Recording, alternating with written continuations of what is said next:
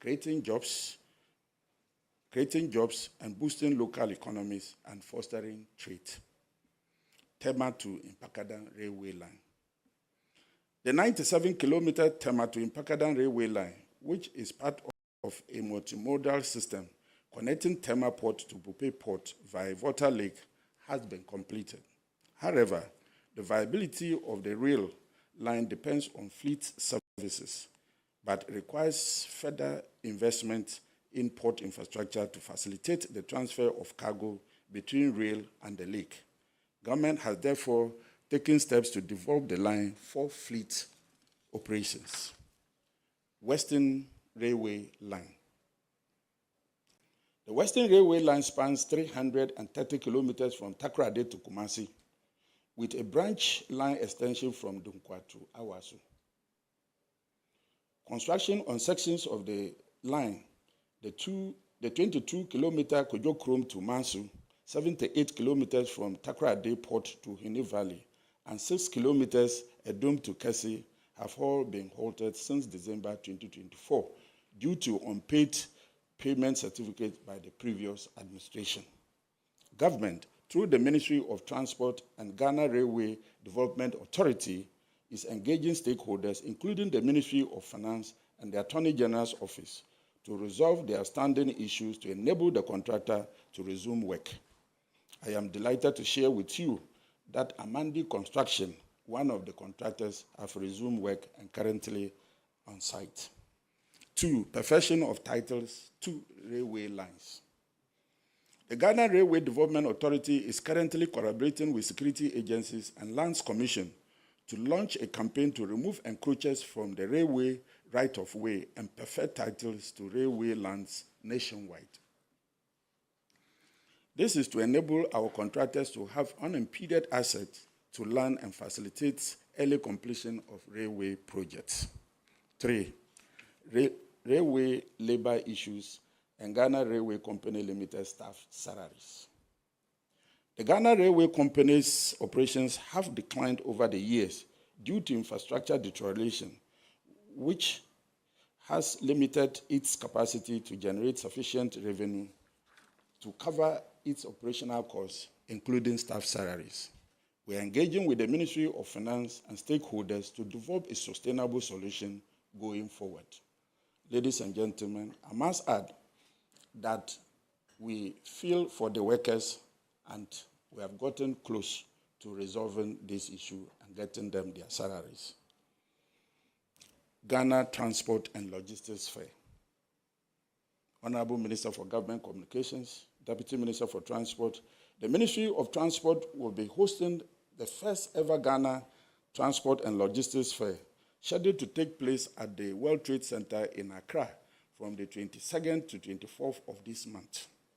This fair marks an important milestone in our collective efforts to shape the future of transport and logistics in Ghana.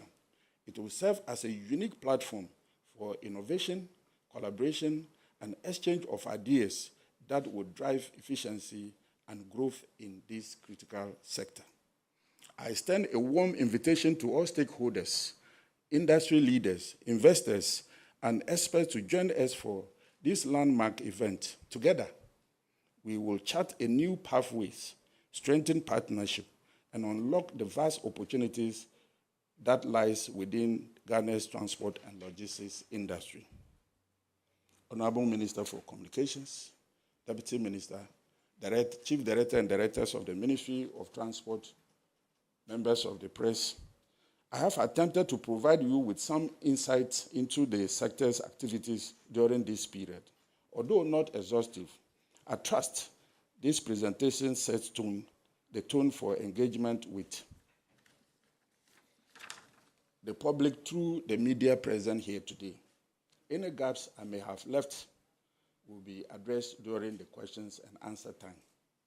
It is our expectation that with your support, we will achieve the targets we have set for ourselves to improve the transport environment in line with the Resetting Ghana agenda. I want to thank you for your kind attention, and God bless our country, Ghana.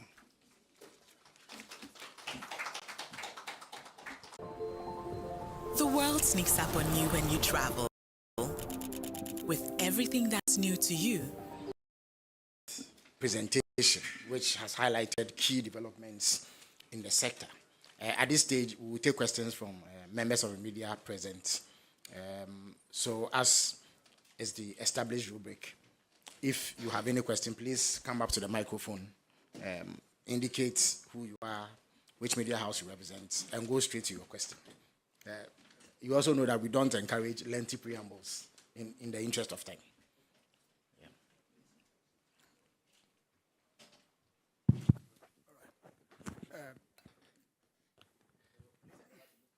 All right, thank you. My name is Julius, and I report for the Ghanaian Times. Honorable Minister, throughout your presentation, it appears nothing came up with regards to Ayalolo. What's the plan for Ayalolo? Most of the time, when you close around and you are going home, circle, you see many people at various stations waiting for buses to go home. Meanwhile, some of the buses have been parked in time. Now, what's the plan for Ayalolo? Right. Tied to that, before the election, some electronic buses were brought in. Coincidentally, today I joined one. It was quite comfortable. What's the plan in that regard? And there are a lot of rickety vehicles on the way. At times, you wonder how they get the DVL approval. All right. What's the plan for all this? Thank you. Thank you very much.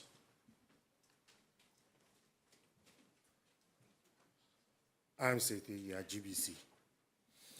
Honorable Minister, I want to find out when will Takrade, Kojokrom, Accra, Alajo, Dom, Accra, Tema, coaches will be back on the rail lines. And then two, early last month, the Ghana Road Transport Coordinating Council announced a 20% increase in transport fares without the GPRTU. GPRTU came out to dissociate itself from that decision. Then later on, they called the increment off. The reason or the allegation they made was that they tried to get in touch with you and you were nowhere to be found. Then there was another association in the same sector also said they tried to get in touch with you. They couldn't access you. And so they also decided to increase transport fares by 20%. At the moment, how would you describe your relationship with the private commercial transport operators? Thank you very much. Thank you. Good morning, Mr. Minister. My name is Patrick Asford Boyd with Radio Gold. I want to find out from you if you'll be able to tell us the current state of the STC and also Metro Mass Transit.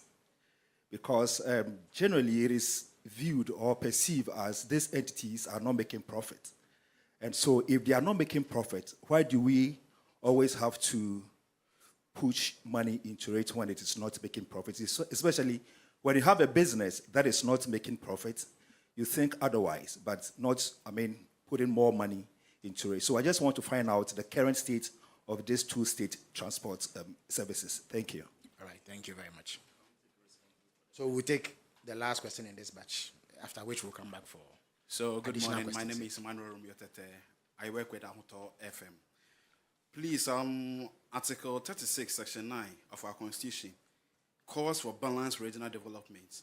And as a son from the north, please, I want to know, how soon will the northern regions be connected to the National Railway Network? Thank you. Thank you very much. The Honorable Minister will answer this batch of questions, after which we'll invite more from the media.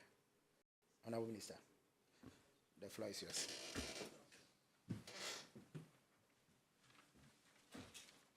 Thank you for these questions. First, from Julius on Ayalolo. The Ayalolo bus services does not lie under the supervision of the Ministry of Transport.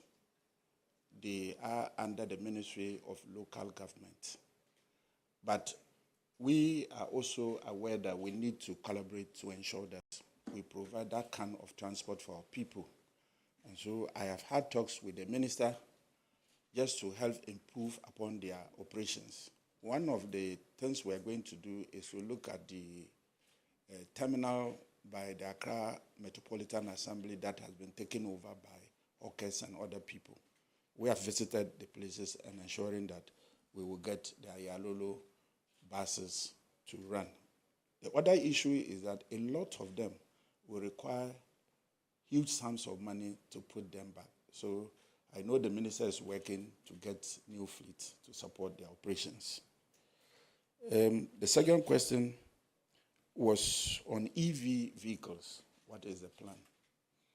Now, electronic vehicles are the way to go when it comes to public transport, because cost of maintaining them is very easy, and these state companies, when they have the EV vehicles, they'll be able to operate and make profits to sustain their activities. We inherited 10 of those EVs that were supposed to come in a package of 100. The previous government delivered 10 and paid for the 10. You all know that it is something that we need to continue with, and in continuing, we'll need to get the necessary finances to be able to pay for the 90 that is left. We are having it as part of our budget for this year, and I'm very hopeful that the discussions I had with the Minister of Finance going forward will be able to get the 90 buses delivered. We are also doing a lot of education. We have done 13 regions on the use and the importance of EV vehicles. We are linking up with the Ministry of Energy and Green Transition to see how they can put the infrastructure, because the infrastructure lies within their domain, such that anybody who will have, or any company that will have the EV vehicles will have free access to be able to put them on road. From GBC, when would the Takoradi and other towns have their rail line revamped or operational? I stated clearly that we inherited a situation where all the contractors that were on site had all abandoned site because of unpaid interim certificates that were provided or made. We have gone into discussions with them, and I reported that Amandi has resumed work. It's left with the other contractors. The issues are time deals with a lot of variations when it comes to contract. And Attorney General's office is assisting us to understand the contractual agreements and the arrangements that were made, such that we can get the contractors to site and for them to do a completion of all the projects that they were handling. The other issue had to do with the then proposed increment in fares. We have an administrative arrangement that before any reduction or increment in public fares, it has to be an engagement between the ministry and the transport unions. And the transport unions will attest that they are one of the organizations under my ministry that I have constantly engaged. What surprises sometimes is that when some people want to justify the unjustifiable, they will create that scenario. I've had several meetings with them after that announcement. And it was like, I didn't say it, this one says I didn't say it. They said it was the media that misrepresented them, because I have engaged them severally on these issues.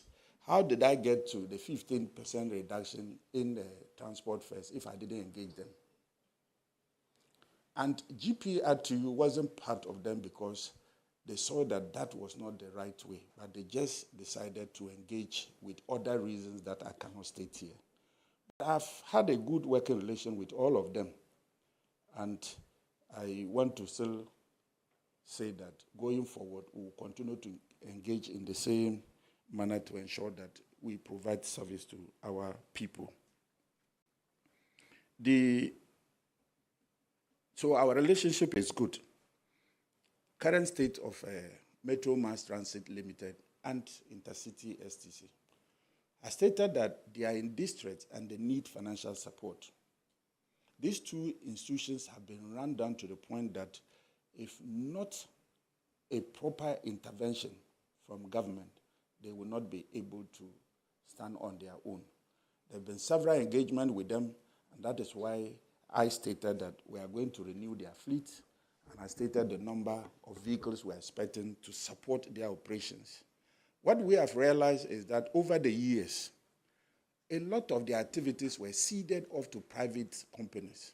So you see STC now having a name that is STC. Most of the activities are given out on contract.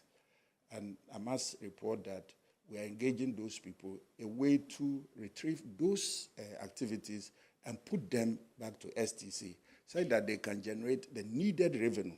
It is the private sector that is making the revenue now, not those state-owned enterprises. And we are far advanced to see how we can take back some of those contracts and allow the STC and Metro Mass. STC cannot boast of over 60 buses to be able to connect our cities and also do the international travels. And so by close of year to early next year, we would have gotten some vehicles to support their operations. The Ahunta FM connecting railway to the northern part of the country. It is one of the projects that when we are able to implement, it will facilitate trade. We are all aware that our landlocked countries like Burkina Faso, Mali, and Niger, they all rely on our ports, either the Tema or the Takoradi port. And it is only rail that can carry large volumes of goods or cargo.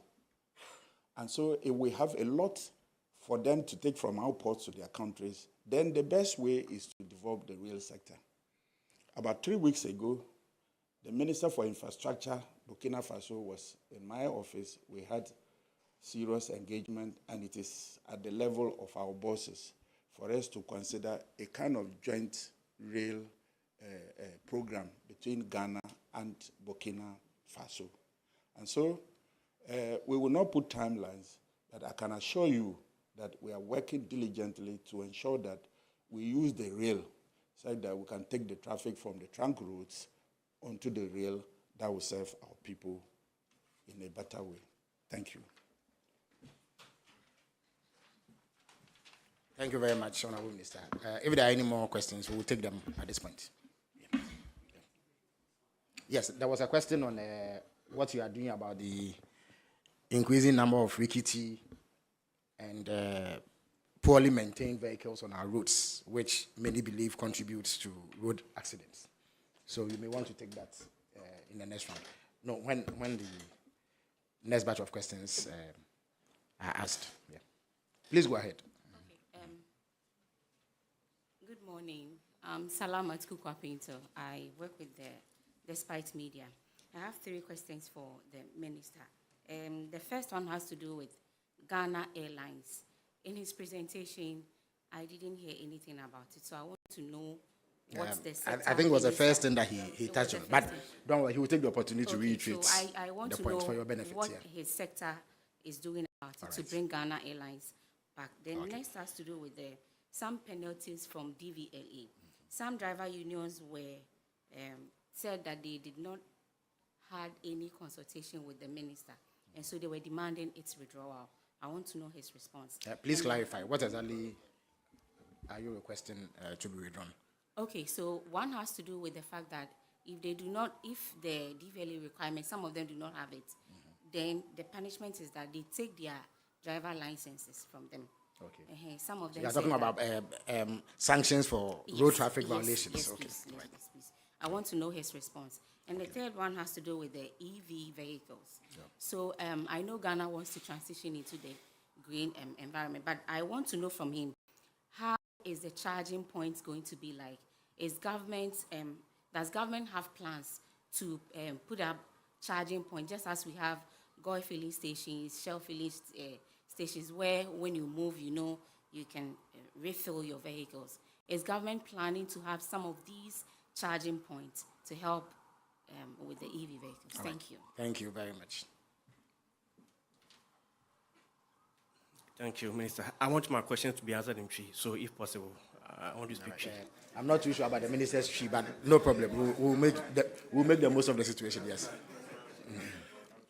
Me did the Collins Kobe body, me ajuma Kesbin TV, Kesbin FM. Pimpino reporter and a babon and say, I'm Trotroy and Nenum Krumono, a bua fair no, on Begin Pepe, Nes maintenance in the inside no, a pre-praman for a babon too much. Me crony be out to me that me try to me could feel Daniel and you say, Minister, a combine of the first war, Sandomano, with me a monitor, said a bear Trotrona, and a pre-praman for Camono. That's it. Honorable Minister, I believe this ties in with the earlier question about maintenance of rickety vehicles. All right. Hello. Yes. Good morning. Sarah with City FM and Channel 1 TV. So, Honorable Minister, the DVLA disclosed plans around May this year to open 6 offices outside Ghana to combat the influx of fake licenses among Ghanaians living abroad. Has this goal been achieved? And if not, what plans are being considered to ensure these offices become operational? Thank you. Thank you very much. We'll take one last question. If there is any other question, we'll take it at this stage. My name is Patrick. Yeah. Good morning. My name is Ifoma Ogbe from Sena Radio Online and then the Expose newspaper. Honorable Minister, in other jurisdictions, inland water transport is a big deal. It's a form of tourism driving their economies. I want to know what plans do you have to replicate same here? Thank you. Thank you very much. The final question from... All right, thank you very much. This is going to be very brief. That one has to do with the last year or so, somewhere in April, there was a train, Patrick Asford Boydu Radio Gold. There was a train that was on test run that got an accident, and it was taken back to the manufacturers. I want to find out the latest updates on it. And also, we're reading in some news that railway workers or staff have not been paid for some months. We want to find out from the minister. I believe the minister addressed that. Yeah. All right. Thank you very much, says, Mr. Minister. Plans have gone far to ensure that that situation is remedied. Yes. Thank you very much, Mr. Minister. All right. Seth, you have a second bite at the cherry. Yes. All right. This one is very brief. Okay. I want to find out from the minister the current... GoDaddy has the perfect hosting plan for any website. From low-cost shared hosting. GBC. All right. So we want to find out the latest updates on the Buankra Inland Port Project. Okay. And also my earlier question had to do with Accra Tama route, Accra Dome to the rest, Accra Dome routes. You're talking about various railway corridors. Yes, all these intracity railway corridors. Rail lines. They were working. Okay. At the moment, they were grounded to a halt. All right. That's why I wanted the minister to Thank you very much. share some light on it. All right.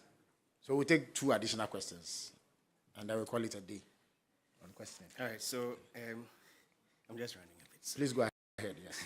My name is Wisdom, working for TVXYZ. I want to find out, regarding the Kojo Krom Takrade Railway, what's the development so far? Well, the minister has already answered the question. Okay. So if you have another one. And then the second question has to do with this sprinter unions. You know, GPR2 hitherto would come out and say that they are increasing fares. Now there are a number of sprinter unions. So there's no decorum in terms of that adjustment process. And so I want to know what is government doing. If there's going to be the invitation of state funds, state buses, like we used to have, maybe if from Dodowa to Accra, the state buses are charging, say, 10 cedis, and these drivers are doing that kind of a thing, then there can be some sort of, decorum. So what is the position there? Okay. All right, so we'll end the questioning right here. Honorable Minister, you may want to answer these questions, sir. Thank you.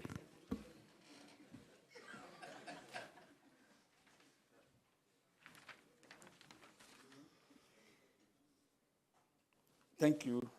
I think I left one of my seats there. Thank you. The first question was on the rickety vehicles that was in the first batch.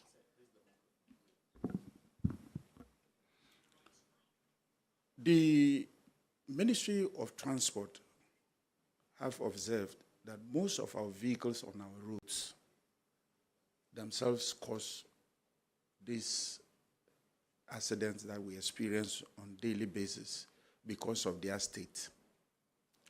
Now, with my engagement with these unions that you just described, they have the control of their members. Government also has a control as to how to regulate the usage of our roads. The National Road Safety Authority, through the ministry, has stated that Cabinet has just approved the amendments we intend to make and will soon be laid in Parliament. That amendment will give the National Road Safety Authority to be able to take off such vehicles from our roads. Especially should your vehicle break down within the townships, it should be 30 minutes in the new law or the amendment for you to take it off. If after 30 minutes you are unable to take it off, National Road Safety Authority will take it off and surcharge you for the services.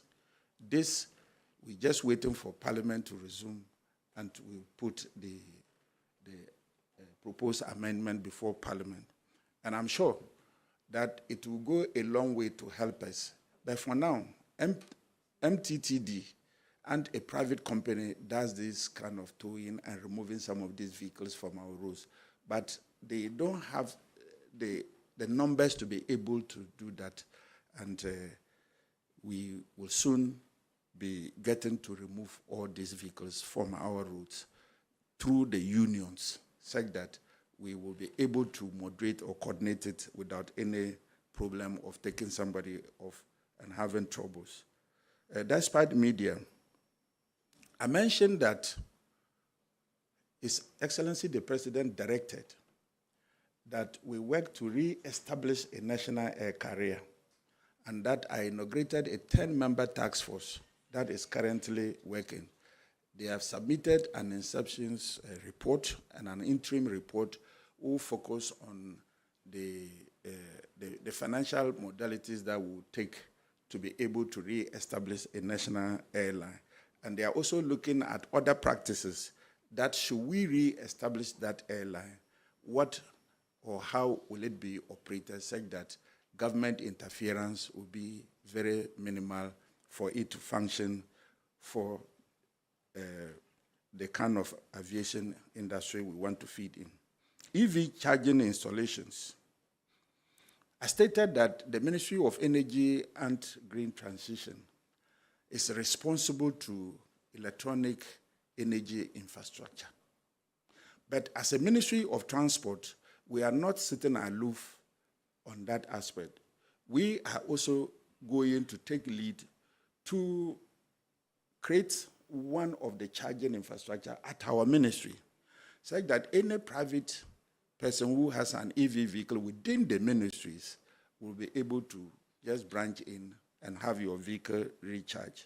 And again, with the education, I said we have done 13 regions. We will continue by end of the year to complete, to be able to create awareness of how to use electronic vehicles, and that will bring down operational costs for either companies or individuals. City FM on DVLA opening offices outside the country. It is an ongoing process, and we are far advanced in ensuring that we create the necessary framework that will fit into every country's road regulations, such that we don't get it done in a way that would not last. So it will take a little while for us to be able to roll it out. But initially, we have faced some challenges because who or how are we going to deploy our technical people to all those areas we want to open them? So these are the teething problems we are handling, and I believe that as time goes on, we'll be able to get through them and open in some countries for test ground to see how effective it will be. The Sena Radio, inland water transport. I stated that we will soon open up for interested firms who want to invest in the inland or coastal water transport. We have gotten a lot of proposals for companies and firms, and I stated here that I am encouraging the local companies to also express interest, because this will be sustained when we ourselves are interested in using the coastal transport. We believe that it will be able to take large chunk of traffic, especially the coastal trunk routes, from those routes onto the inland or the coastal waterways to create that kind of transport system. But the water lake transport, we are in serious engagement with partners to be able to deliver some vessels. And that is why we are looking at the Tema rail to Mpakadan, and then the inland water will take from Mpakadan to Bupe, so that we can have that kind of multimodal transport system, taking our cargo and fleet from our port or from our towns to the northern part of the country. And so we are working seriously to get it done. Radio Gold, Tema Mpakadan. We have done test run on the Tema to Mpakadan rail line, and it ended yesterday. And so by 1st October, God willing, we will start the first operations from Tema to Mpakadan. We are finished with the test runs, and everything is set for us to start operations from Tema to Mpakadan. So 1st October, maybe with our first trip, we will invite all of you to witness how that rollout